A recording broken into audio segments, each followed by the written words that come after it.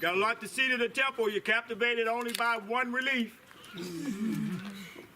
There are literally thousands of reliefs to look at. Everybody's captivated by that one. You want to see it on the other side too. Want to get each hairdo. It's like picking up a book and just sat so fascinated by the first page, just get stuck there. But now there's 10,000 more pages you got to turn.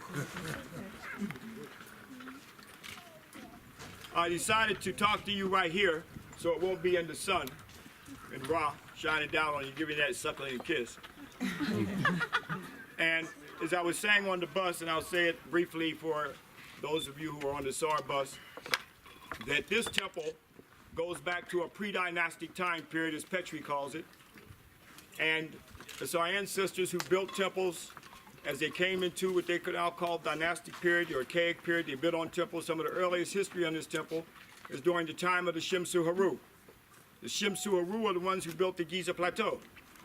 When you saw Huram Akhet and the pyramids, and then it comes down to a time period as documented with Pepi II of the 6 dynasties, talking about the time period that he built a crypt here.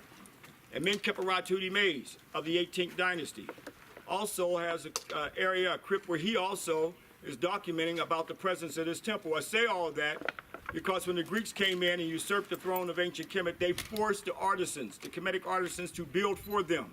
They did not build this temple. There's nothing on here Greek.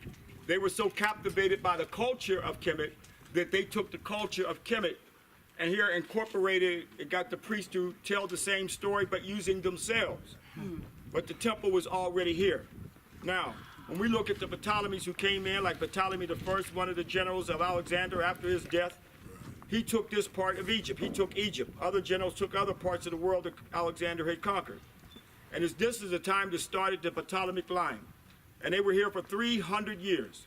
300 years where they were copying and plagiarizing many ideas. And when Aristotle, who was with Alexander, Alexander got him to plunder the temples like this and the scrolls and housed in the Alexandria Library, this is where they started to study. But now we're coming down through the Ptolemaic line and we're coming down to the Cleopatras, which there are many of them. The one that we're most familiar with is Cleopatra the seventh, okay? And when a lot of debate was going on in the States in the 90s about Cleopatra being black or not, I mean, we should not have even gotten caught up into that debate. Her grandmother may have been a Kemetic African, but she was from a Ptolemaic line. Her father is Ptolemaic Philadelphias. Okay, so that is her line. The last African on the throne was Nectanebo, okay, around 300 AD. Cleopatra was during the Ptolemaic line. Why didn't they talk about Nefertari? That's the importance to know about Kemet. We're talking about Neb-Peri-Ra, Mostra I's wife. Had we said in the argument and debate, and some of those scholars would have said, who were in the university, Nefertari, who was 1,500 years before Cleopatra, that would have shut it down. But we get caught up into their world, so they got an argument. But there was no Cleopatra during the time of Nefertari II, okay, 1,500 years before Cleopatra VII, around 52 BC. So here we see that during the time of the Caesars who took over, when they defeated Ptolemy and also his sister Arsinoe, and they were on the throne at the time. And it was also Julius Caesar who came in and conquered Egypt at this time. Cleopatra wanted the throne of Egypt, but her sister had the throne, Arsinoe. But after they dethroned her, Cleopatra wraps herself up, I'm going through the story real fast, wraps herself up in a blanket. She said, I'm going to work my powers on Julius Caesar and get the throne back. So when he was in the palace and here in Egypt, Alexandria, Egypt, she had her servants bring this big rug out, and they rolled the rug out, and it's Cleopatra. And then he's shocked to see her. And she says, I am the original queen of Egypt, not my sister Arsinoe. And so she started working her powers. Got him in the back room. When they came out the back room, she was the queen of Egypt. So then Cleopatra tells that, and Julius Caesar is going to Rome, and she says, take my sister in the cage, put her in the cage to parade her in Rome. So they parade her sister in Rome. Some say she died, some say they sent her off to foreign lands. But anyway, Cleopatra becomes the queen of Egypt at this time. And then they make another trip back to Rome again, and now she's pregnant. And now, I mean, she's coming to Rome with all the grandeur of Egypt and gold and massive statues are going through the street. And because she wants now Egypt and also Rome, she wants her son Caesarion to be the Caesar, the power of the world at that time. But the Senate got mad. Julius Caesar, how can he go with this woman in Egypt, the land that we conquered? How can he have a son for her? Because when that son becomes a man, then that means that he will rule over Rome and Egypt. And the Senate got together, circled Julius Caesar, and stabbed him and killed him. And Cleopatra had to take her navy and everybody and run because she feared for her death. But now there's another Caesar or Roman who is named Octavian. He knows that his general, Julius Caesar's general, is a playboy. Okay, named Mark Antony. And so he knows that Cleopatra is going to grab Mark Antony just like he grabbed Julius Caesar. So he sends him here to rule Egypt, okay, for Rome. And sure enough, Cleopatra, Mark Antony comes here and she starts to work her power. Takes him in the back room, and he comes out the back room and said, Cleopatra, she's not only the queen of Egypt, but all the land that the Romans have conquered is hers. That's some serious stuff going on there. She has worked it on that one. And Rome said, what? Mark Antony gave all the land that we bled for? Huh? To her? Is her empire? Oh, no. Octavian said, no, we're going to war.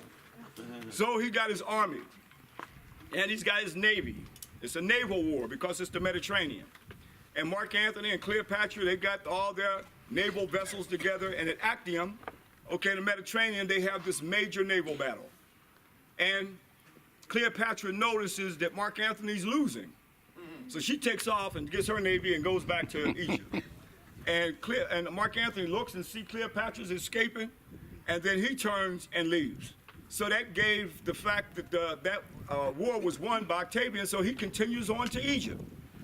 And then Mark Antony gets to Egypt, and Cleopatra told her servants to tell Mark Antony that she killed herself. So Mark Antony kills himself. All right? With a Roman sword, kills himself. Okay? And then Cleopatra comes out of the room. Now, the reason why she told her servants to tell Mark Antony that, because she knows that Octavian won the war. So she might want to work her powers on him. Okay? And Mark Antony is dead. All right? And so here comes Mark Antony. But Mark Antony's different. Okay? Octavian. Octavian is different. Because I think he had a little little pancreatitis going on. So he ain't interested in that. All right. So when they have their first meeting, and he comes in and he says, well, get your things together because you're going to Rome. They're not going to kill her because she's a trophy. Yeah. They want to ride her through the streets like she did with her sister. Okay, a Sinaway. Cleopatra knew that. And Cleopatra did not want to have herself humiliated like that by going through the streets of Rome in a cage. So she ordered her servants to sneak past the generals of Octavian to get a snake, a cobra in fact, because the cobra is sacred. And they brought it in, and she laid the cobra on her body, and it bit her breast, and she died. And Octavian came in and saw her dead and was mad because that was his trophy. He wanted a living trophy to show Rome that he had conquered Mark Antony and Cleopatra, and now he's after her son, Caesarion, to kill him. Now, a lot of stories have not been said if they ever found Caesarion or not, okay? So here, that was the conquest of Egypt. Octavian, whose name meant October, now changes his name to Augustus because it was in the month of August that he conquered Egypt. And that's when Octavian said, now time itself will start with Rome, and the Roman Empire is 1 AD. And we've had that time system ever since. Wow. It's 2017 because what Augustus Caesar did back then to wipe out all the time period of ancient Kemet.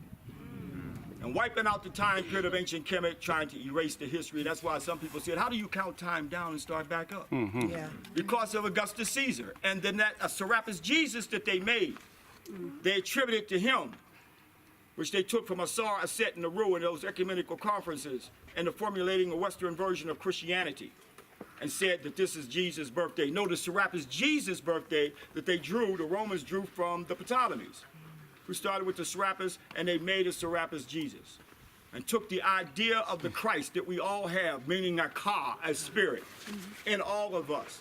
The Romans said, make them worship an image, that's all they need. But it was the Gnostics who fought against it and said, we all are a Christ, we all are a spirit. We're just not physical bodies. We have a spirit in us.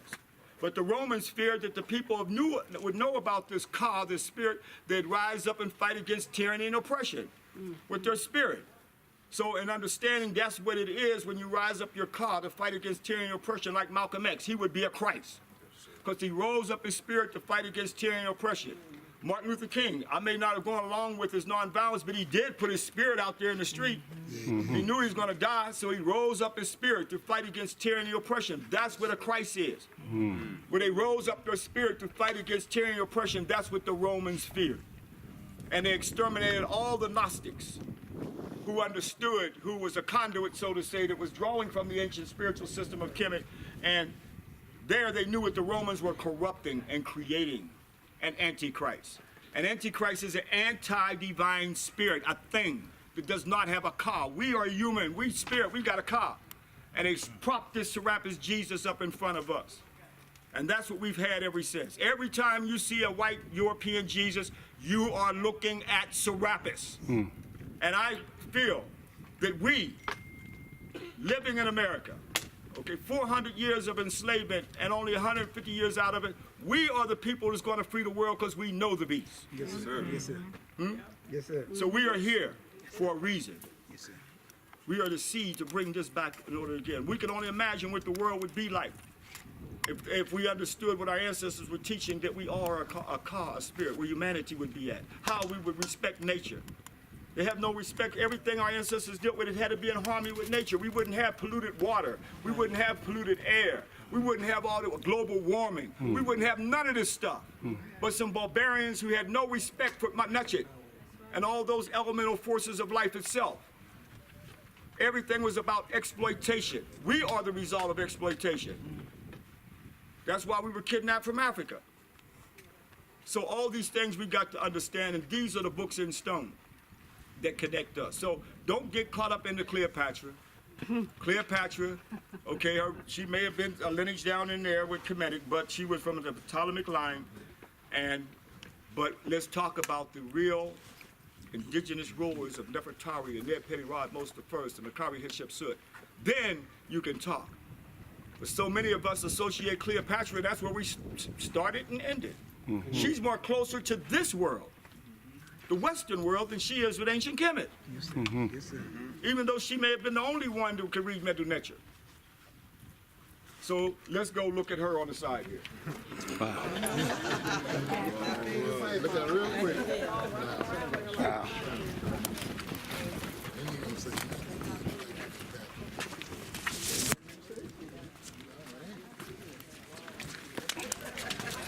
All right, you heard it.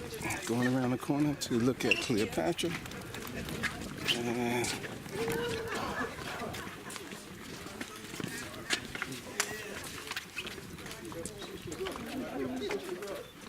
Help the sisters, brothers.